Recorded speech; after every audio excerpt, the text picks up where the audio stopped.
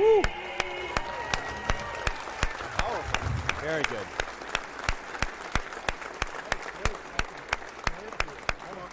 Hey, that was powerful. Thank you. Thank you. Absolutely. Absolutely. Absolutely. Thank you. Before I get started, I would like you to look at this beautiful shotgun up here. Notice something it says. The county of America, all right, is up for raffle, $25 a ticket, it's $100 for 5. So I just wanted to bring that to your point. We also have our stump up here, and we're going to talk about that in a second. Well, first of all, I want to welcome you to the 2025 Jefferson County Republican Lincoln Day Dinner. And I just want to say what Nate Freeman just said. We had a simple goal when we started. I said, we had some simple goals. I said, let's get 200 people for Lincoln Day. We were excited when we hit 200. Then we hit 300, 350. We're like, oh, wow. Well, we're well over 500 today. Wow. This is a red county. This is a Trump county. We got around 70% of the vote here. It's pretty big.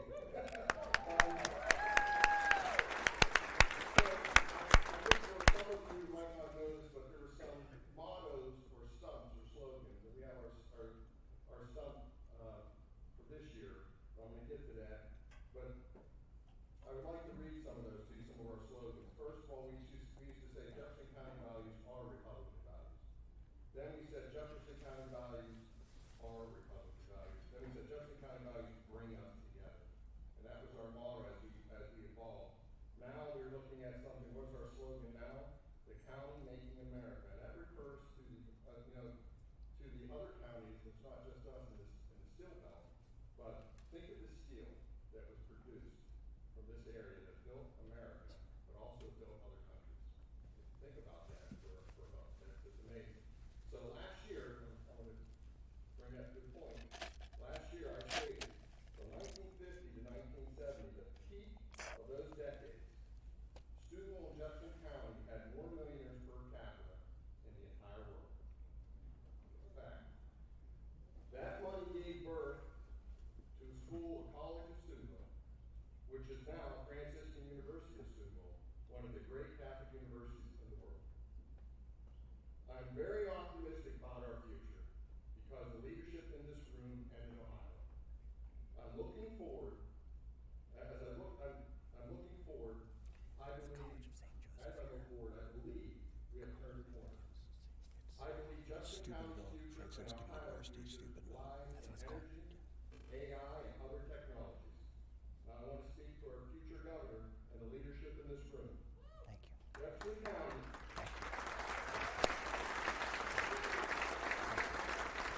Jefferson County is with you and supports you.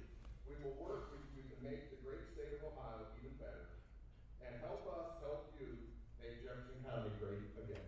Thank you.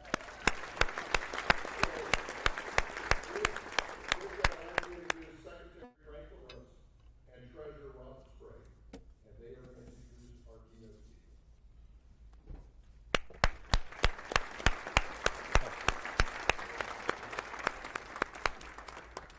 Well, thank you so much, Brian. I can tell you, my name is Robert Sprague, Treasurer of the state of Ohio. It's great to be up here with Frank, your current Secretary of State. He does a great job with the election, by the way. And we walked in, I saw my friend Frank Hoagland, state senator in the back. And Frank, we appreciate everything you did when you were state senator. And I asked him, I said, Frank, what am I supposed to say when I get up there? I mean, Jefferson County, I love Jefferson County. I've been over to Steubenville a number of times. We got a tour of Franciscan University. I got to see Brian, who's teaching a financial class over there. He's doing a great job as treasurer, isn't he? He's doing a great job as treasurer. I can say that. He's not state treasurer, he's county treasurer. And so I was talking to Frank, he said, what do I say? He said, well, Robert, you tell him that this is the county that made America. So, Brian, you just took my introduction there. So thanks a lot for that. I really appreciate that. But I just wanted to say thank you also to Frank Hoagland for what he's done for our country. And could we please have all of our veterans stand up and please give our veterans a round of applause? We want to thank you for what you did for this flag, what you did for the United States of America, and what you continue to do for your community today. Thank you. We appreciate you. I was thinking about running for governor a year ago. And I was looking at my state, and I went overseas to Hong Kong and Singapore. I came back specifically to serve my community in Findlay, Ohio, and Northwest Ohio, and to serve my state and try to help solve problems there. The reason I was interested in running for governor is because, we were 45th out of 50 states in our economic growth since COVID. Did you know that? It's not acceptable. And we're losing population. You're going to hear more about that tonight. But we're on our way to losing 675,000 people by the year 2050. It's not good enough. We need to fix it, and we need to eliminate the income tax once and for all in the state of Ohio. State where you keep insuring. Number two, we tell our 5 children, you got to write your own story here in our state. We should lift people up and out of poverty and off these government programs once and for all. The third thing we should do is make just not America energy independent. We should make Ohio energy dominant with the shale gas underneath our very feet, sitting right here in Jefferson County. And we need to make sure that if you believe in the Lord, you're never prosecuted or persecuted in the public square here in the state of Ohio. There's one man now that's running for governor that shares the values and shares this vision for our state. His name is Vivek Ramaswamy. I've given him my unequivocal, total endorsement for the governor race. He will be the next governor here of the great state of Ohio. Thank you. And now I want to introduce my friend, former Green Beret and current Secretary of State, Frank LaRose. Frank. Well, thank you, Robert. This is our next Secretary of State, I believe. Robert's running for that office. I think he's going to get to tell you a little bit about that more later on. So I just got a question for you. Looking across this room, is the GOP alive and well in the Ohio River Valley? Well, I think it is. And Frank's right. This is the county making America. I think this is also the county making America great again. And it's doing that by supporting President Trump. And I believe it's doing that by supporting our next governor in 2026. And that's why you all showed up in such big numbers to hear this man's vision. Tell you, I was proud to endorse him, but that's not the endorsement that really matters. The endorsement that really matters comes from Donald J. Trump, who's endorsed Vivek Ramaswamy to be the next governor of the state of Ohio. You know how President Trump does things. It's all in. It's not halfway. It's complete and total endorsement. That's the kind of endorsement that he gave Vivek. He said something else about him. If you read that endorsement for President Trump, and this is not a guy that just throws words around like this, he said Vivek is something special. He's talking about a generational leader, which is what I really believe that Vivek Ramaswamy is. I'm really excited for you all to get to know him, and I really hope that you begin to get to know him tonight and get to know him over the months and year and a half to come, and so you can tell your friends about him as well. I really believe that this is the kind of leader that it's going to take to make Ohio not just one of the better states in the nation, but the most prosperous, the safest, really to make Ohio that state of excellence that Vivek has been talking about. Now, you know his story. Probably you've heard about him. You may have seen him on TV. You know, he was a skinny kid from Southwest Ohio with a lot of syllables in his last name. He had a lot of talent, but he didn't necessarily realize that early on. He had teachers that believed in him and pushed him to be all that he could be. He had a chance to get a world-class education in public schools, in Catholic schools, and in some wonderful universities. He chased his American dream by being a biotech entrepreneur and doing very well financially, writing books about the woke mind virus that was infecting classrooms and boardrooms around the country, calling that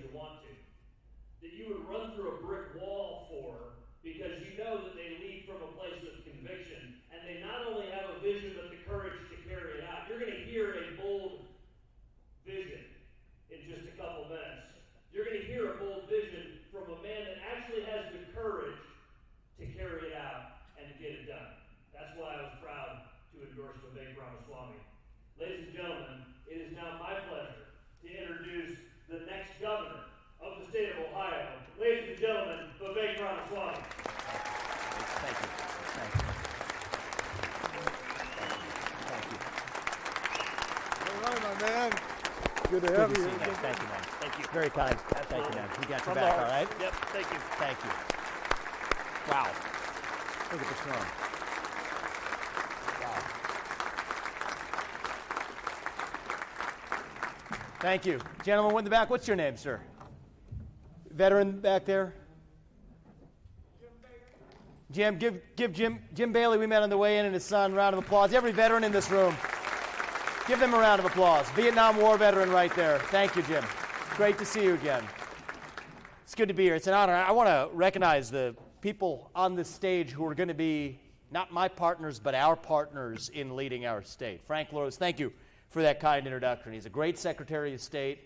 He's a bit of a radical. He believes that you should actually be a citizen of the nation to be able to vote in our elections, but, you know, we'll excuse him for his outside-the-box thinking there. Frank, good job, and you're going to be a great state auditor. Keith Faber behind me, a great state AG in the making. Right behind us is the auditor today. Robert Sprague, great job as state treasurer, soon to be our Secretary of State, leading us to new heights. Great public leaders in the audience. Christina Rogner, who's running for state treasurer. Where are you, Christina? There you are. Great state legislator. It's a team effort that's going to take the state to the next level. But I'd like to share a story that I didn't know. I know the colleagues who were going to be working with the state level. Nate and I were speaking before I came up here. Nate, I hope you don't mind me sharing this story. You did a great job of setting up this program. Nate was blind for 2 years of his life in his 20s.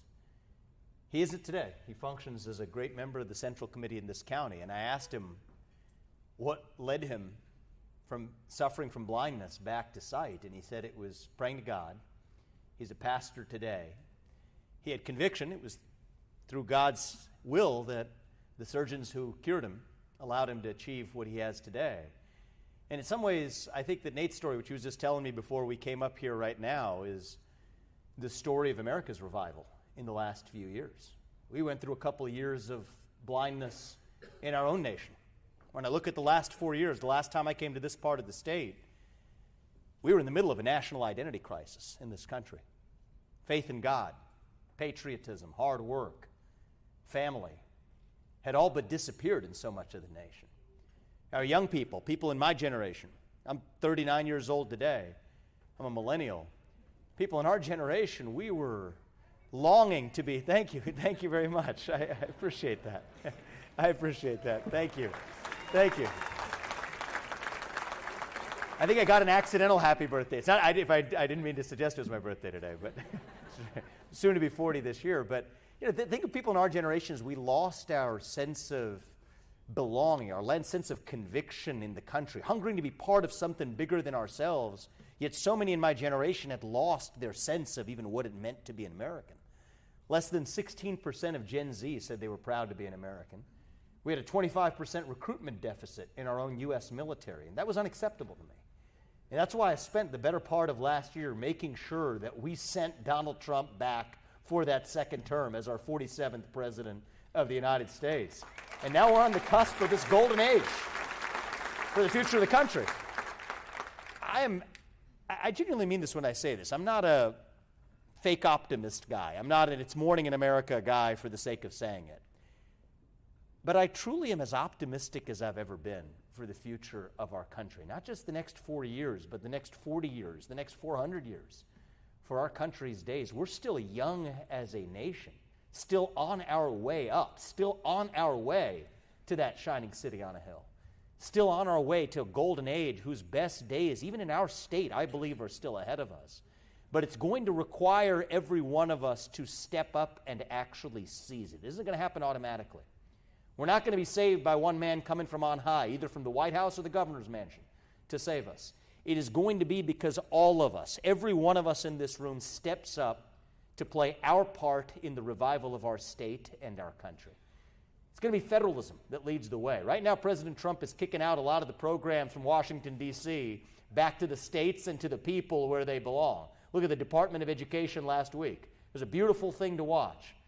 It's a beginning of a new golden age for federalism. But that means it's going to require strong leaders at the state level, including our state, to lead our state to new heights. He's thrown the pass. It's up to us to catch it in the end zone and actually score a touchdown for the country. So we have a leader at the top who's reviving our conviction in America. But what we need here at home is a leader who revives our conviction in Ohio.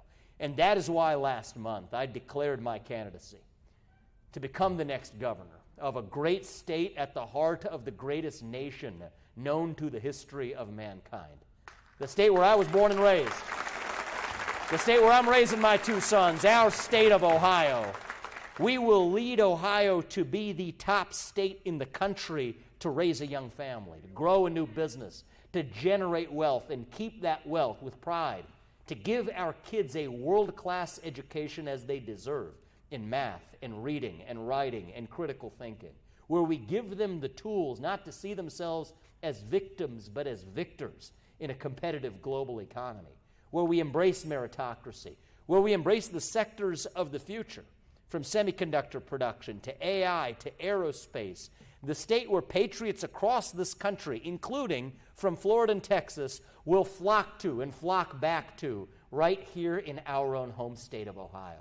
That's where I want to lead us. Now, there are those who will say, understandably, that that's unrealistic. How are you going to manage to do that in the state of Ohio where we are today?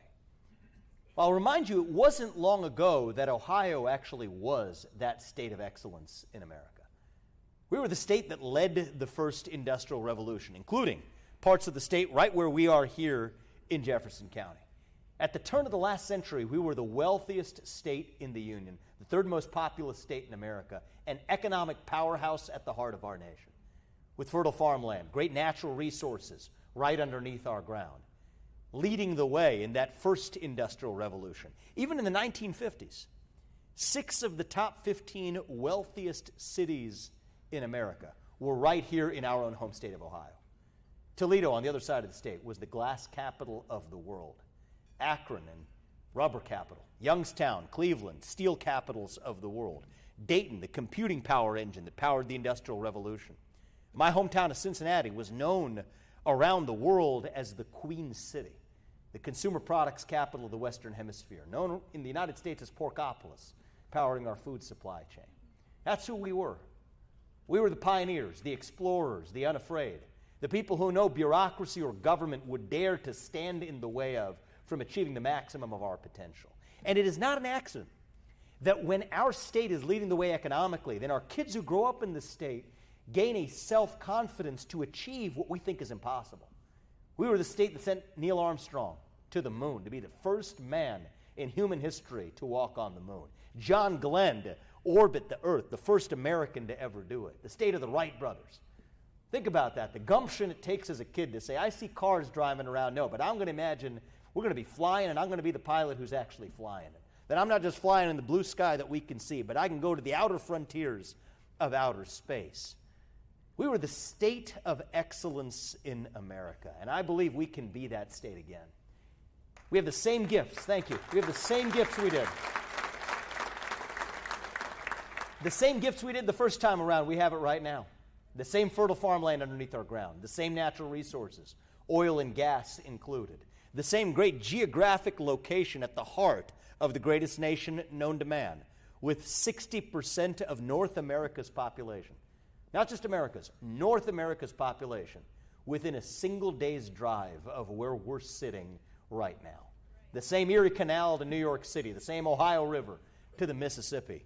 God has blessed our state, including this region, including Jefferson County, with all the gifts we could wish for to lead our state back to greatness. All we need to do is to start believing in ourselves again.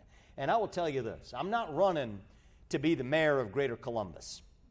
I'm running to be the governor of Ohio, and that includes every part of Ohio. And the forgotten counties of Ohio will be forgotten no longer on my watch.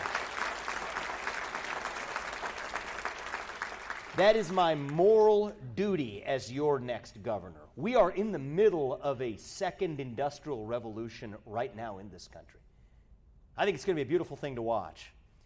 If Silicon Valley led the way in the last 10 years in the American economy, it's going to be the Ohio Valley that leads the way in the next 10 years. You mark my words, that's where I'm leading our state. And we're going to do it together. It may not be exactly the same sectors of the past. It may not be rubber production next time around. But it's going to be the sectors of the future, from semiconductor production to nuclear energy to, yes, using natural gas and the oil underneath our ground, all the way to Bitcoin, to biotech, to our defense industrial base. The state where we use AI not to take jobs, but to make jobs through workforce training and education, including through vocational education in the part of the state where we are today. This is a time for our modern-day Northwest Ordinance. That's where we are. We're a conservative state at our core. It's time for us to finally be governed like one. We have a conservative state legislature. It's time for a chief executive who actually uses that to implement an agenda on time-tested principles of small government that lift people up, not by interfering in their lives, but by putting more money in their pocket, by actually allowing people to thrive, not through dependence on the government, but greater independence from it. We're going to do it by putting more money in your pocket, lifting more people up from poverty, giving our kids that self-confidence, that civic pride that we're missing in the next generation. The state that patriots across this country, from California to New York, from Texas to Florida, will flock to realize their version of the American dream here. That's going to require a new generation of leadership. It's going to require a governor with fresh legs who's willing to run through any obstacle that stands in the way. And there are some changes we're going to have to make in our state to get there. I'll give credit to those who have come before me. I'm going to have nothing but good things to say. Gotta be careful. Nothing but good things to say about those who came before me. But we're going to build on their victories to take our state to the next level. Let me just start with some basics. We're going to play catch up, all right? We deserve to be a zero-income tax state. You deserve to keep what you earn. It is your money, not the government's. And we're going to drive an economic boom on this. And it's not just the income taxes. The property tax burden in this state has become ridiculous. We're going to bring down property taxes immediately in this state on my watch. Too many Ohioans are now paying as much money on their property taxes as they are on the interest payment and the principal repayment on their mortgages, which makes it feel like the land that you own is really just a lease from the government. That is un-American. It is antithetical to our values of private property ownership in our own home state of Ohio. That ends on my watch. These are common sense reforms. We're going to stand for every person being able to realize their version of the American dream right here. We're going to stand for our law enforcement. We got law enforcement in the back of the room right there. Thank you for being with us this evening. We got your back, and we're not turning our back on you. Allowing our law enforcement to do their jobs with the proper training needed to do it well. That means bringing back long-term, compassionate mental and psychiatric health care in coordination with law enforcement, so our jails aren't the top form of psychiatric care in our state.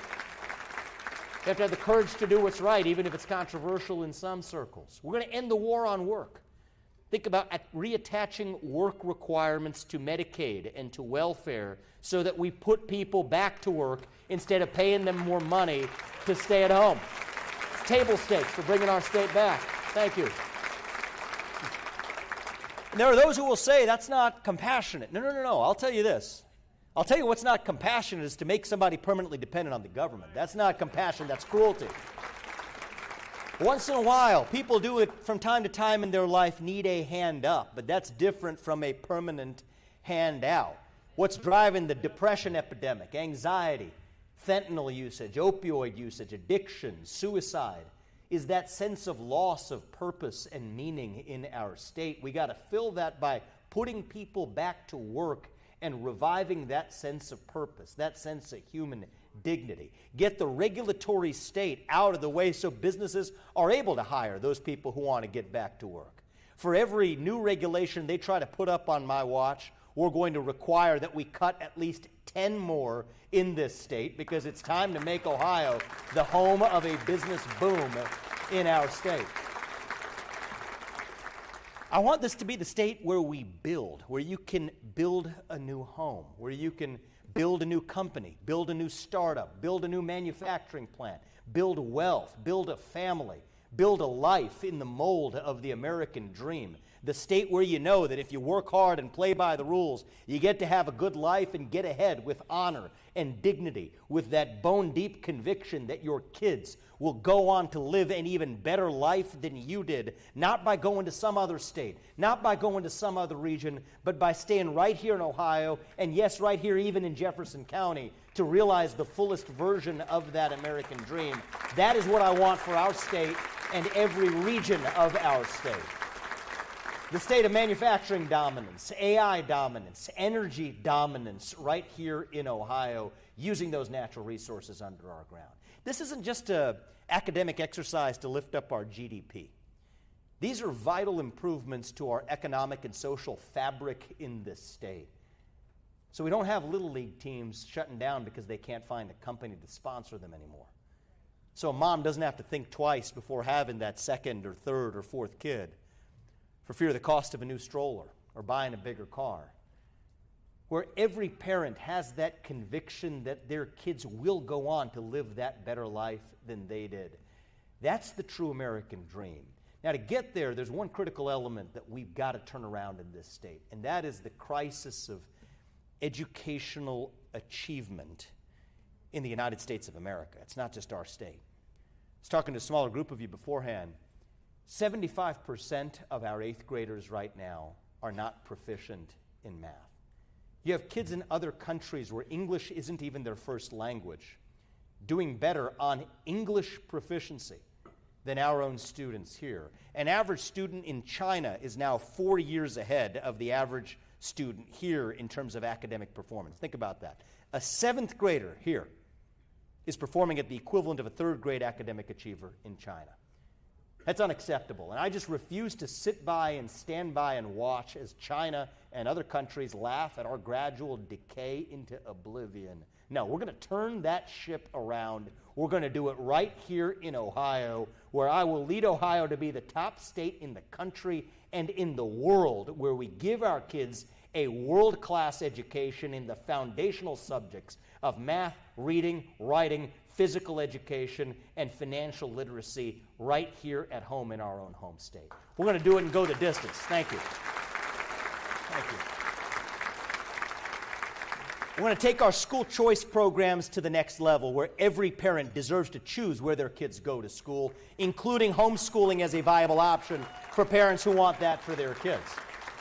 We're going to make sure our kids show up to school, ending the chronic absenteeism epidemic in our state. And I'll promise you this, as your next governor, never again will we bend the knee to a fake Anthony Fauci in our own home state who allowed our public schools to be shut down while private schools remained open.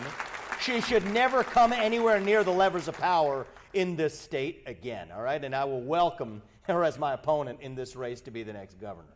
The reality is we're going to stand for the achievement of our students in every domain, from the sports fields to the classroom. And I've laid out one of the ways we want to do this in this state. I want every public school teacher who's in this room tonight to hear me loud and clear when I say this. I've lived the American dream. We got a public school teacher right there? You want to stand up for me, ma'am? We'll give this woman a round of applause. Any other public school teachers, any other teachers in the audience, stand up right now. Please stand up and let's give our teachers a round of applause tonight. Thank you.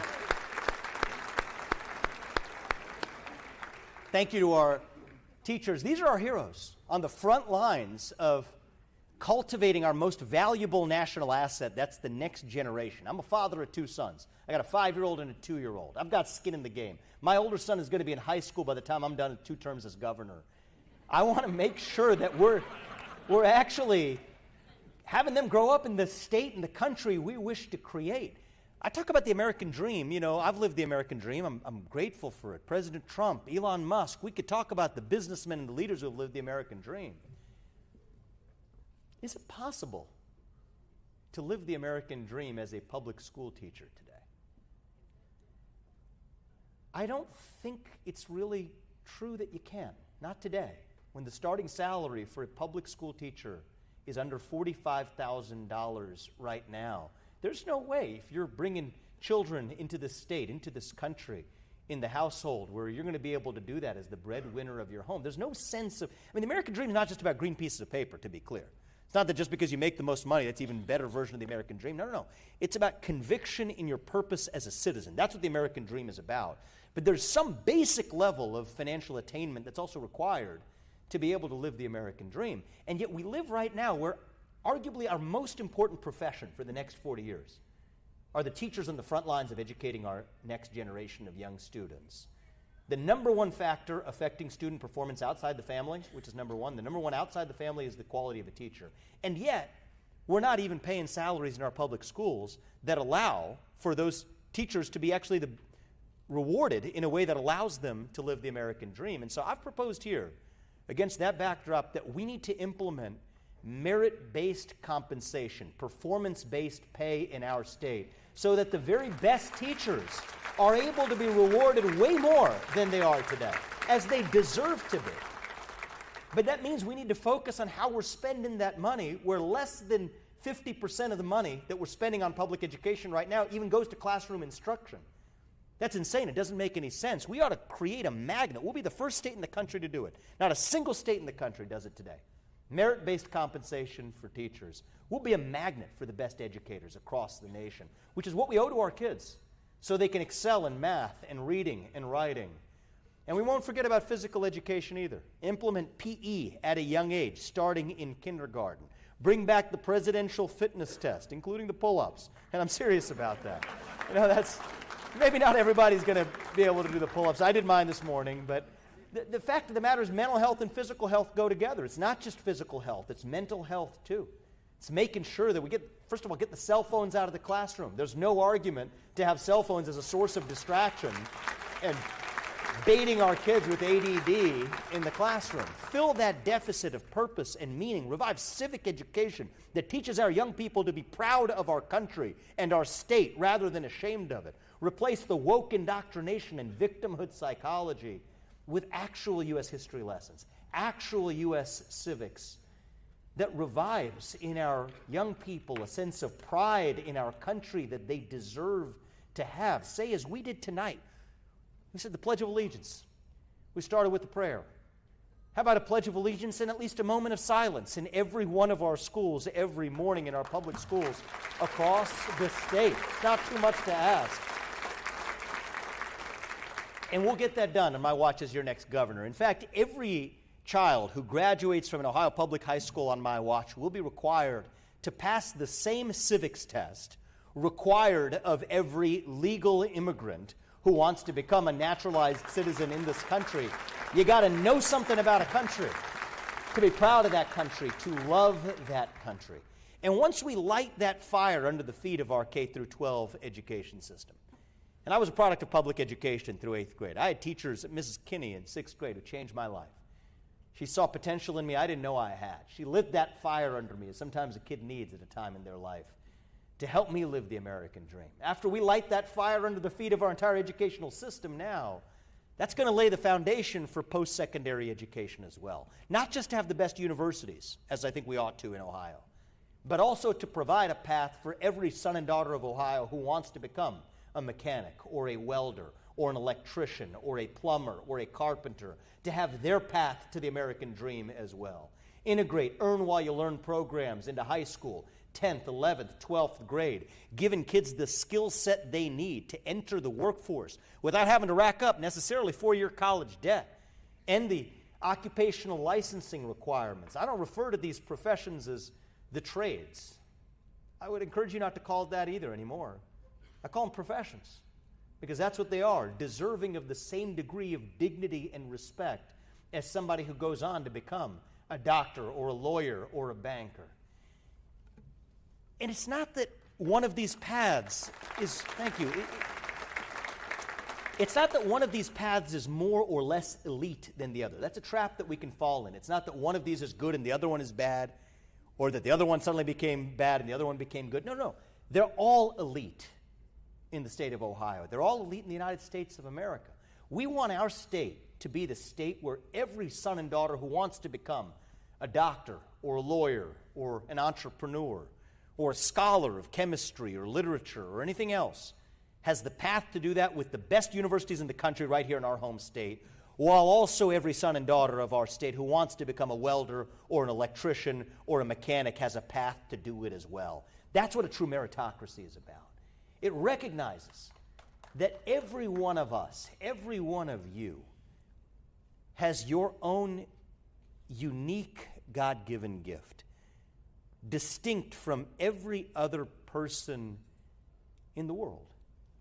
And that we are the nation that allows you to make the most of your own God-given potential without any man or system or government or bureaucracy standing in the way. That is the true American dream. That is what made America great the first time. And that is how we will make Ohio great again on my watch as your next governor. Thank you.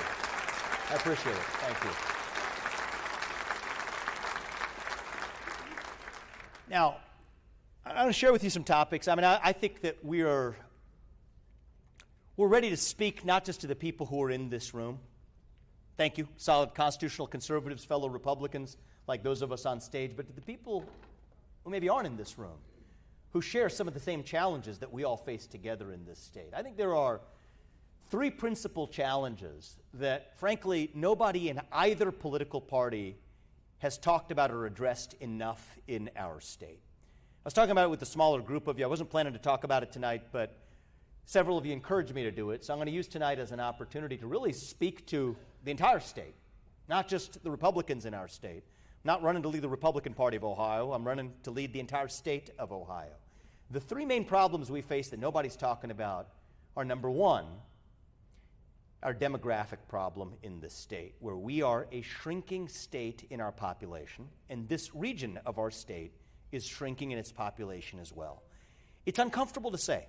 It's an uncomfortable reality, but we have to turn that ship around. Right now, we got more people moving out of our state than moving in. We have fewer children being born in the state, and we have more people dying in the state. It's just where our demographics are right now. Even if you look at the people moving into the state versus out, there's even a more curious pattern there.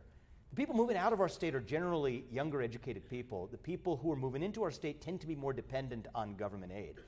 That's not going to work for us in the long run. And what I will tell you tonight, we're going to roll this out in about 2 months, but I will tell you tonight is that as your next governor, my metric of success isn't just our GDP growth.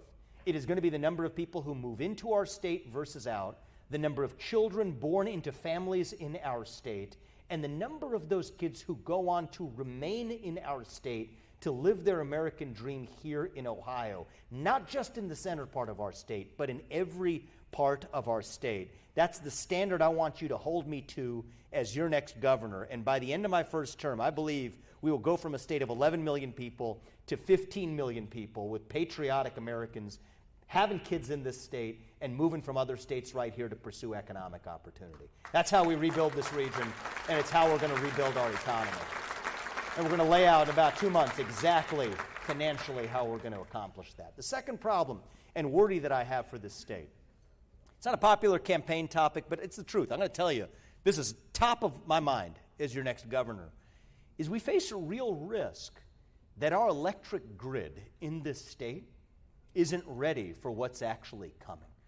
Right now, electricity costs have already doubled over the course of the last 10 years. They're about to quadruple over the next 10 years and face rolling power outages in our state like they have in California unless we do something about it. We've got AI data centers moving to our state. That's a good thing. It's a good thing. I want the sectors of the future to come here.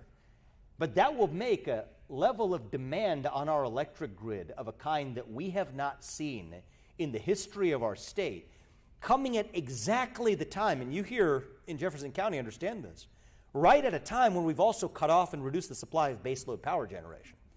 Shutting down coal plants that on my watch would have remained open, I'll promise you that. And the few that still remain open aren't going to shutter on my watch. Using the natural gas right underneath our own ground, it takes 2 years to build an AI data center. It takes 36 months to get a new permit for a natural gas pipeline, 6 years to get the permit for a new power plant. That has to change in our state. That's upside down. Or we're actually in for a crisis of rolling power shortages. I told a story to a few of you before. I'll share it with the broader group. My parents were legal immigrants from India. My father came from a village in a super rural part of southern India. He moved to Evendale, Ohio. With little money, he worked at the GE plant there for all of his career. Faced down the layoffs under Jack Welch's tenure at GE. But he made it a point when we were in elementary school to take us back to what was then a third world country in a particularly rural part of it where there was only electricity 8 hours a day. So you had to plan around your day, in the refrigerator to open to make sure the milk didn't go bad during that part of the day, heat up the water on the stove, mix it with cold water to take bath while you had heat during that part of the day. The lights may not turn on after those 8 hours of the day where you knew you were going to have electricity. And I think part of the reason my parents did it is when we came back, we didn't grow up in wealth, but when we came back here, boy, were we so grateful to live in Cincinnati, Ohio, in Westchester, Ohio, in our first house, where you could turn on the light and you flip that switch 10 times out of 10, the lights still come on. 10 times out of 10, the fridge is still good with the milk in it the next morning because it was able to run overnight. Those were the things that we otherwise took for granted that we really appreciated about living a truly first world life in the United States of America. The irony now is those other parts of the world, they have electricity year-round, and in the United States, in California, now we have rolling power outages. I'm keen to make sure that does not come right here to our own home state of Ohio, and we deserve leadership that actually prioritizes the issues that have been swept under the rug for too long, and I will as your next governor. So that's the second issue. We got population dynamics. We have our electric grid that we need to make sure is resilient to the demands on it for the next 10 years. And then third is that educational achievement crisis that I talked about. But in every challenge lies an opportunity.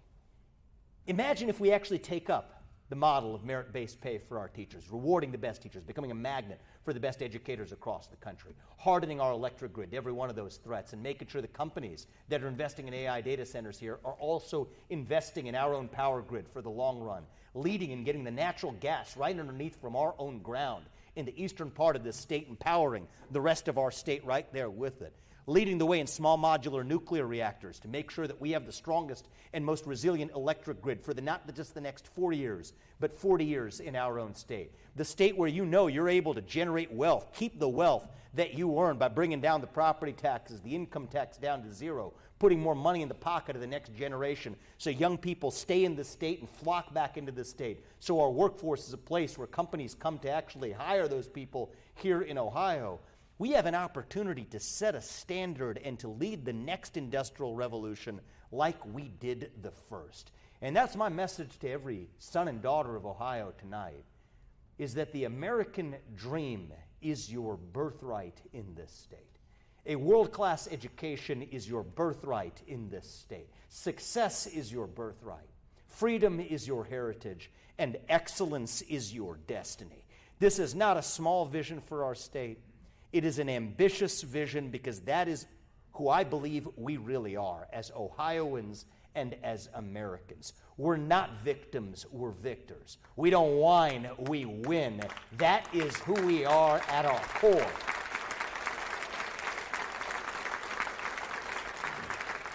I'm not a standard politician.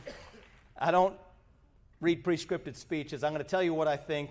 If you care about somebody, you tell them the truth. If you care about yourself, you tell them what they want to hear. I'm going to give you the truth at every step of the way. I've lived the American dream. I'm going to fight for that American dream every day that I serve as your next governor. We're visiting every county in the state. This year, we're visiting all 88 counties next year. I'm going to visit all 88 counties every one of the next 8 years after that I serve as your next governor, because we want to listen to you. We want to work with you and partner with every county commissioner, every police officer, every sheriff, every teacher, every nurse, every entrepreneur and business owner in this state to take our state to the next level. Not just with Republicans and constitutional conservatives, but frankly with every libertarian, independent, politically homeless person, orphaned Reagan Democrat, anybody who's politically homeless in this state. My message to you is that if you care about economic excellence and educational excellence in this state, if you care about giving your kids the same shot at the American dream that this state and this country gave to me, then we're actually on the same team. And we will work with you and give you a seat at the table to help take our state to the next level. If you put a little R after your name in the next election cycle, I won't complain about it. But the fact of the matter is many people in the state actually are Republicans. They just don't know it yet. We got to help them realize that by actually improving the education of their kids and putting more money in their pockets. Even to those who run against me, even a Democrat, to the extent we have a primary, anybody run against me, I'll take the best ideas and incorporate them from anybody who cares about the state. We want to work with you to lead our state to the next level. We don't have to be a state in decline. We don't have to be a nation in decline. I believe we are still a state in our ascent. So that 10 years from now, right, when we're sending manned rockets to Mars, when we're powering our grid with the energy of the future from natural gas to nuclear energy, when we're curing previously incurable diseases with discoveries made right here in the state of Ohio. You know what young people are going to say then? As they do on the internet today, only in Ohio. That's what they're going to say. We're going to be the state where we look our kids in the eye and we mean it when we tell them that you get ahead in the United States of America with your own hard work, your own commitment, your own dedication. And that you know what? You are free to speak your mind at every step of the way. That is the American dream. That is what we are running to. And with your help, that is what we're going to revive for the United States of America, starting right here in our own home state of Ohio. Thank you for coming out tonight, guys. Jefferson County, we love you. We have your back at every step of the way. You fight for this state, and we will fight for you. May God bless you and your families, and may God bless